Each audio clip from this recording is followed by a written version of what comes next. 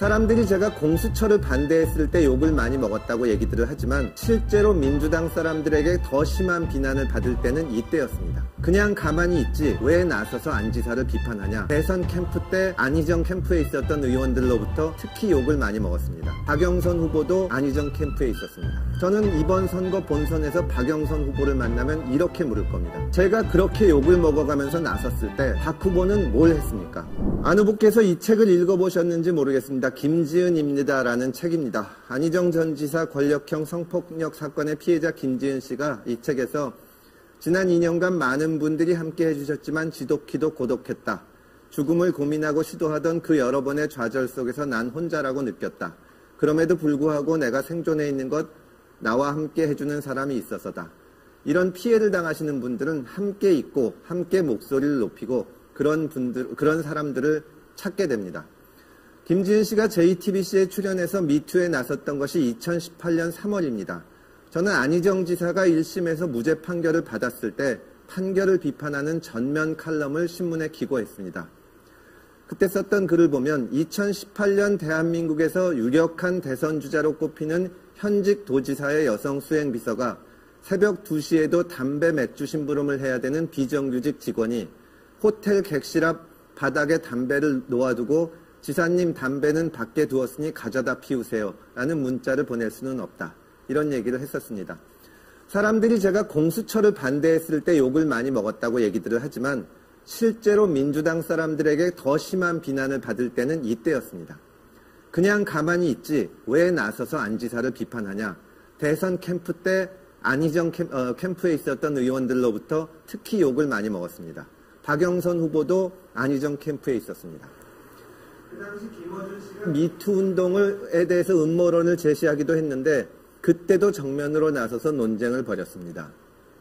수천 개의 댓글 폭탄이 쏟아졌지만 아랑곳하지 않았습니다. 이때 민주당 의원 중에서 또 정치인들 중에서 피해자를 위해서 나선 사람은 한 명도 없었습니다. 지금 박영선 우상호 후보도 마찬가지입니다. 저는 안희정 사건 때 민주당 의원들이 나섰다면 용기를 내서 스스로를 비판했다면 오고돈 박원순으로 이어지는 권력형 성폭력 사건은 없었을 수도 있다고 생각을 합니다. 침묵이 재발을 부르는 것입니다. 권력형 성폭력 사건에서 중요한 것은 그냥 점잖게 그냥 평론하듯이 나는 도덕적으로 살았다. 중립적인 인사를 가지고 이런 기구를 만들겠다. 그러는 것이 아니라 피해자가 생기고 2차 가해가 벌어질 때 나서서 함께 서 있어주는 것이 줘야 된다고 생각을 합니다. 저는 이번 선거 본선에서 박영선 후보를 만나면 이렇게 물을 겁니다. 제가 그렇게 욕을 먹어가면서 나섰을 때 박 후보는 뭘 했습니까?